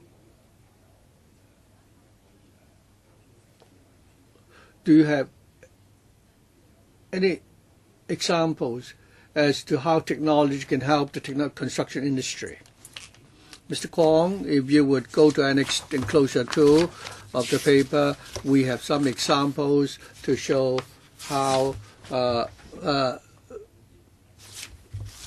of these projects would be eligible to disbursement from the fund. For example, the adoption of the building information modeling. If at the design stage the contractor already started to use 3D, 4D, or even 5D or 6D, modeling, so it's not just at the design stage, but even at the construction stage, and also in terms of repair and maintenance. If the contractor could use the BIM to manage the project, or the so-called modular integrated construction method, and the use of prefab, rebars, and also automation and so on. I think we already have some products on display at the Innovation Technology Center.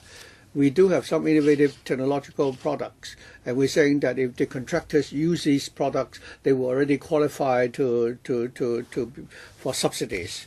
Well, I think we've already spent about almost 2 hours on this item, so this will be the last round.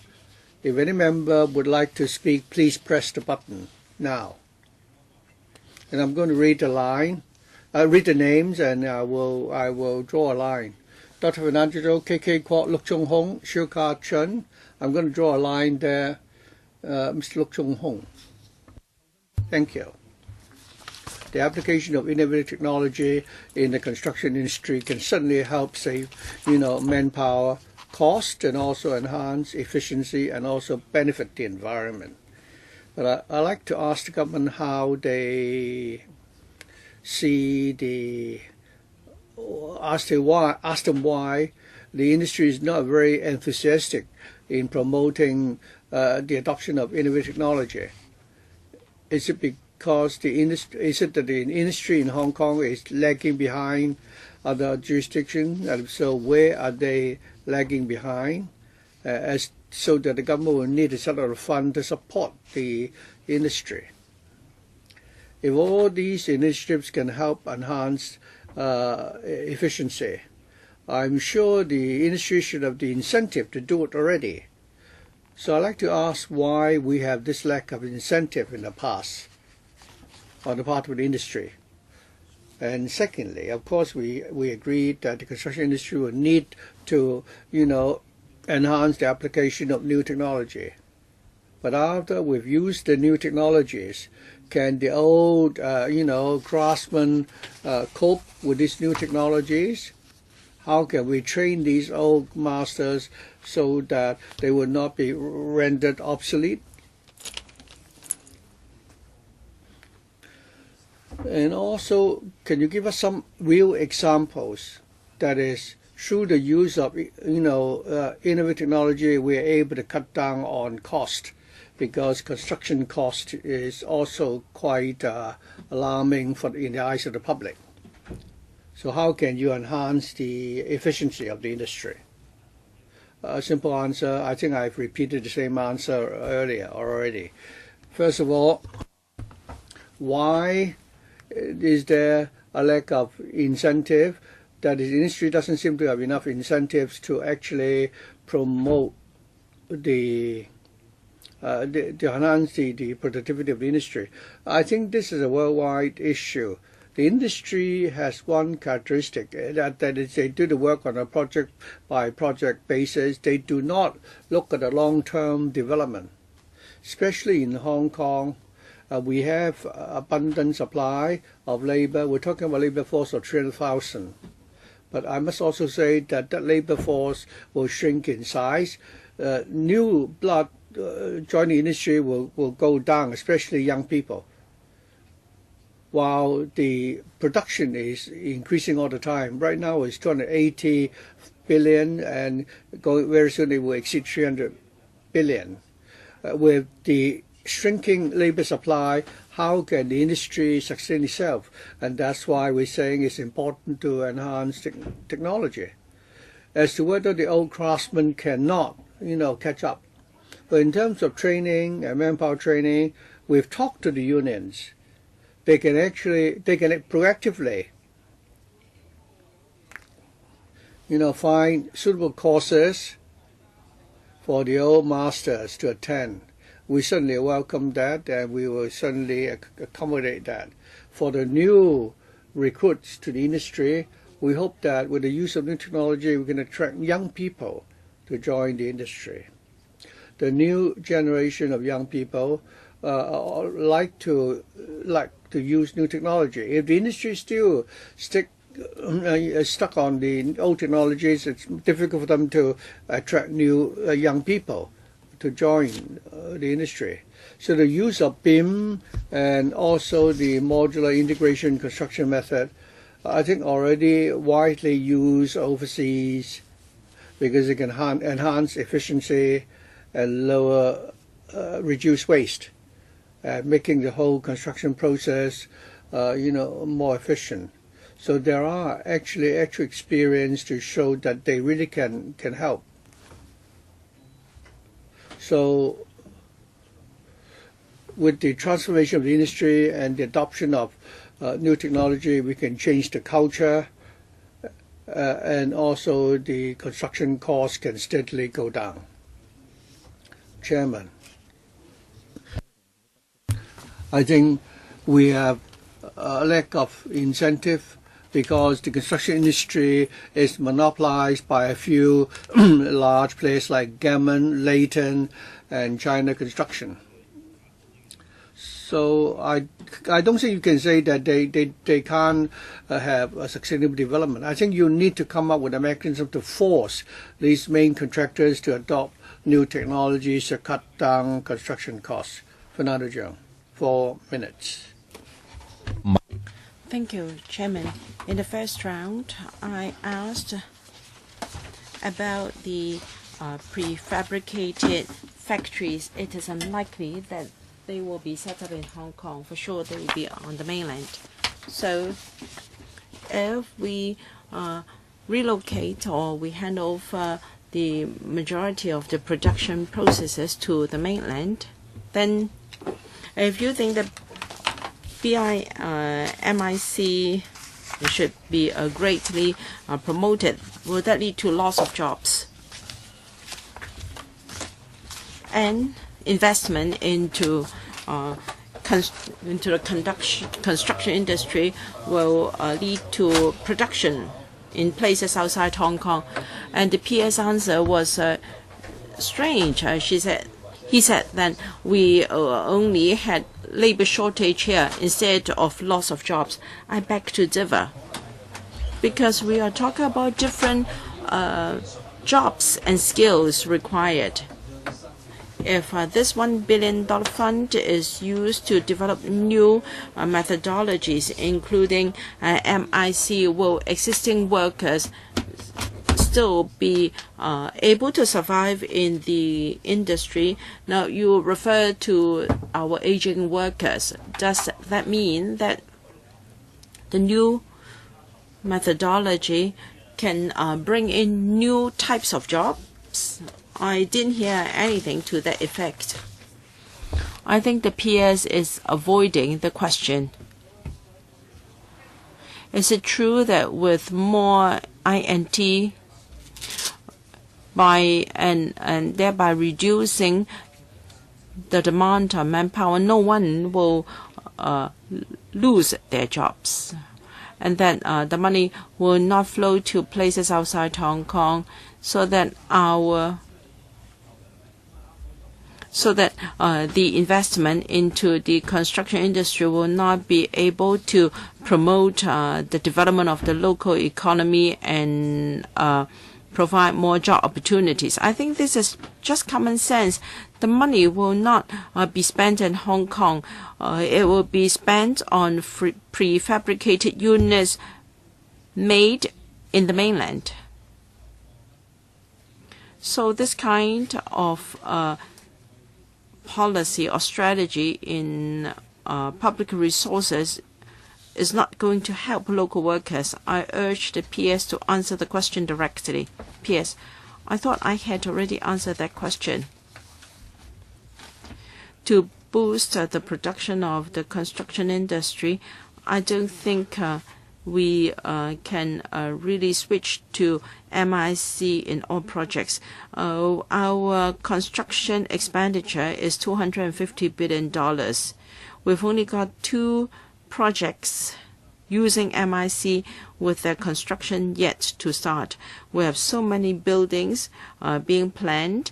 I don't think we can all switch to MIC in a couple of years' time. If we can cover 10% of the construction projects in 2 years' time, that is already a miracle. I won't think that we can achieve that target. Over 40% of our workers are over 45 years old, and I can imagine that the workforce in this industry is shrinking.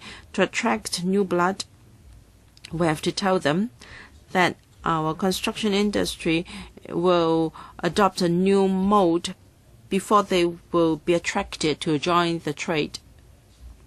And I hope that in Hong Kong we'll be able to have land for a prefabrication yard. I hope that we can have an off-site yard in Hong Kong for local workers to work in. Dr. K.K. Kwok. P.S. I beg to differ from what you said. You're saying that every year with about $180 to $200 billion, 10% of them is already to $20 billion. Large state enterprises can make a lot of money, and you say that you're going to set up a $1 billion fund. Now, if the initiatives can benefit the industry, there is no need for you to remind them. And if you want to hand out cash, it's easy. You can hand out hundreds of billions of dollars, not to mention $1 billion. You want to boost productivity, and I think quality is just as important. In A of your paper, you talked about BIM. Of course, we can't expect you to address issues like cutting short steel bars and so forth by means of this BIM. will the administration have any way or any requirement to ensure that contractors will not continue to falsify documents? You want to use IT, you can use IT to plug the loopholes, and you failed to answer such a simple question. How can you convince us that the government is committed to resolving the matter? Because if you have to tear things down and do it again, then it's also a waste of manpower. Why shouldn't the money be spent on addressing the malpractices in the community? And I think the industry has money. I mean, contractors that have money themselves will not need your funding.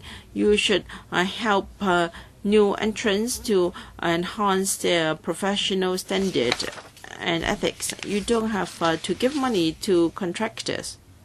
P.S. We're not giving money to individual contractors or large multinational enterprises Dr. K.K. Kwok has in mind.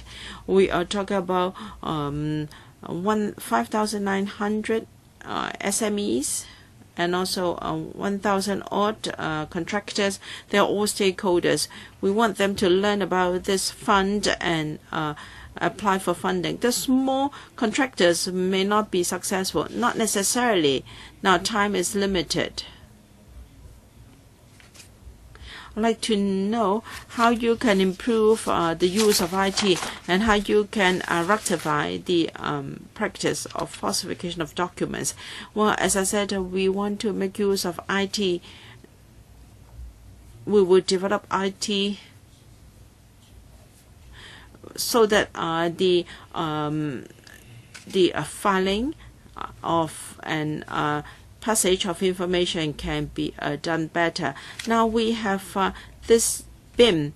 I think this is a good start. With it, the future will be easier. We will start with BIM first. We want the industry to adopt it more often. Will you make it mandatory? Well, BIM is a mandatory requirement for all projects, for large-scale projects. Mr. Shugarjan, this is my last round. I'd like to mention 2 points. Mr. Ju said that the steering committee should have representatives from the trade unions. I agree. Well, you just need to press a button and you can find different trade unions in the industry. And I think we have an anticlimax here. Of course, I'm a layman in the construction industry. Just now, I have a friend who is still working on construction site. He's worried is that the money will be spent, a steering committee will be set up, but with little results, because the criteria and measures. Now I'm referring to enclosure 1. According to that friend, many of the things are already being done. They are nothing new. For instance, a software, BIM, it's been used for many years. It is not a novelty. So is the INT really innovative? And MIC, again, this has been used in Hong Kong for a long time, but can we really reduce the amount of working at height jobs for workers? This is not the case because we have many skyscrapers in Hong Kong, and also the use of robotics to assist in transportation, robotic exoskeleton. We already have similar equipment. Now, I hope that my friend has said so not because he is working in a very innovative company, so that his conclusion is your proposals here are not innovative at all. I don't want I want the IT fund to really live up to its name. Well, we welcome trade union representatives in the steering committee, and Mr. Shiu referred to his plan. Now, let me clarify. If you say that BIM is being used extensively in Hong Kong, I beg to differ. Otherwise, I would not have said that for government projects over $30 million, BIM must be used. In fact, it's rarely used in Hong Kong, none in the private sector in particular. And for MIC, this has never been done in Hong Kong yet. We have never had modules fabricated off-site for assembly in a construction site. And for exotic robotic exoskeleton, of course, we have a lot of lifting devices in the construction site. Now, we have robotic exoskeleton designed to assist and protect workers when lifting heavy objects. The robotic exoskeleton is going to go a long way to improve occupational safety and health. And if there are applications to the fund for use of this, we will deal with that. Now we have a motion under ROP 37A, and I'll draw a line to receiving further our 37A motion. Do you want division? Yes, please. This committee urges the steering committee of the CIT fund to include representatives from trade unions.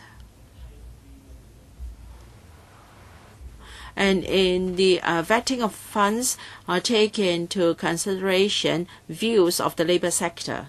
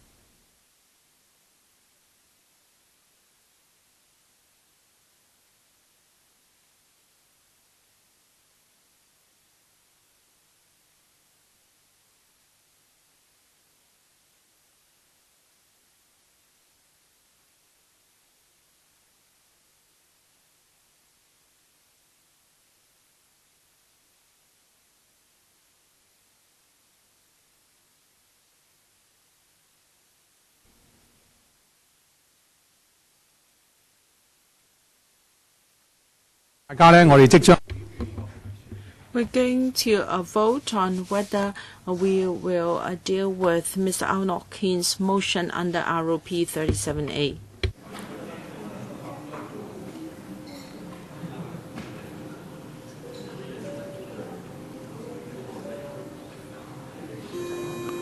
現在開始表。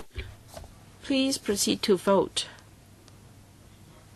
Voting is closed. The results are 17 for, 24 against, 1 abstention. The motion is defeated. If there are no further questions, I will now put item FCR 2018-1939 to the vote. The division bell will ring for 5 minutes.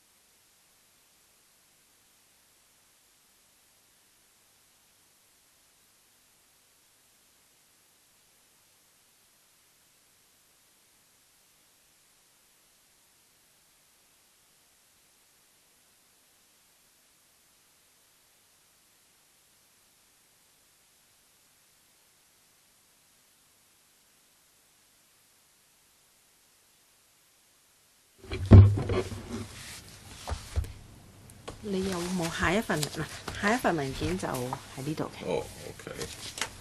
跟住過埋呢一份呢，就應該你自己有自己㗎啦，係啦。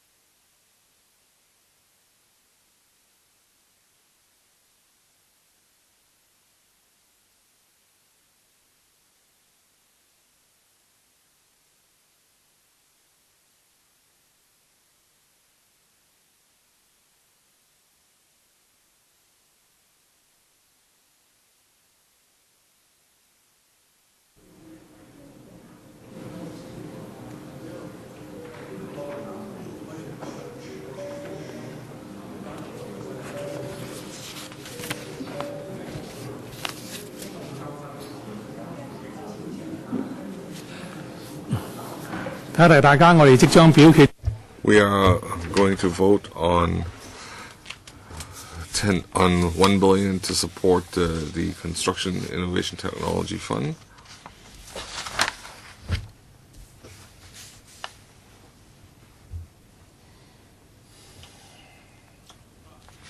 Okay, let's vote.